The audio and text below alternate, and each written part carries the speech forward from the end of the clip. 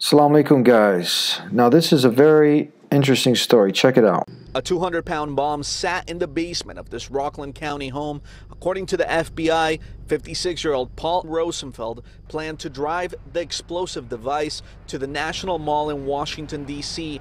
and blow himself up with it on Election Day. If it went off, it would have made a hell of a mess, that's for sure. 200 pounds is a lot of explosives. I could have killed a lot of people, taken out, most of this block, I would say.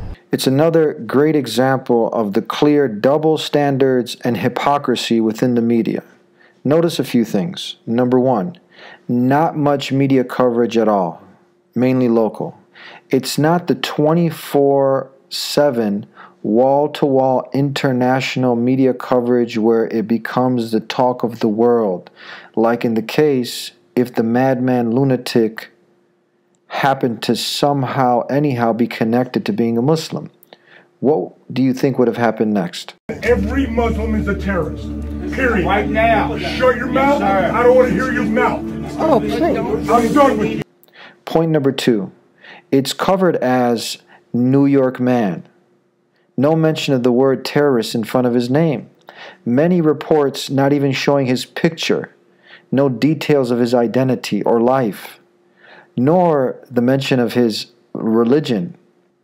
Now, they could have easily connected it back if they wanted to.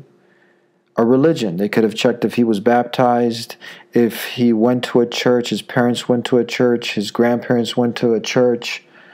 We're not trying to blame a religion, nor should they, but it seems like every time it's connected to a fringe element of the Muslim community, they always try to connect it back to Islam.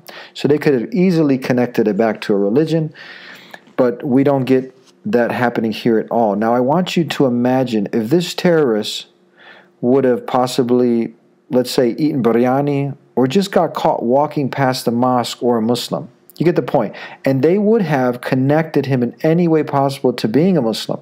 What would have happened? You are terrorists.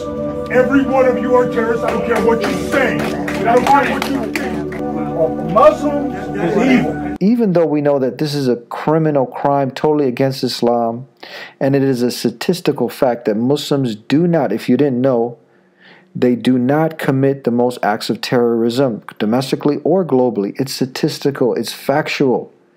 The data is clear on this. You can't argue it. Muslims, again, do not commit most terrorist acts or mass shootings. But imagine if this terrorist would have been a Muslim. What do you think would have happened next? Let's get your feedback, guys. Keep the conversation going. We can create some awareness, more and more awareness concerning these events when they come out, pointing out the hypocrisy and the double standards, and to also help motivate journalists to be more fair and balanced and to have journalism integrity when they report on anything that they're doing.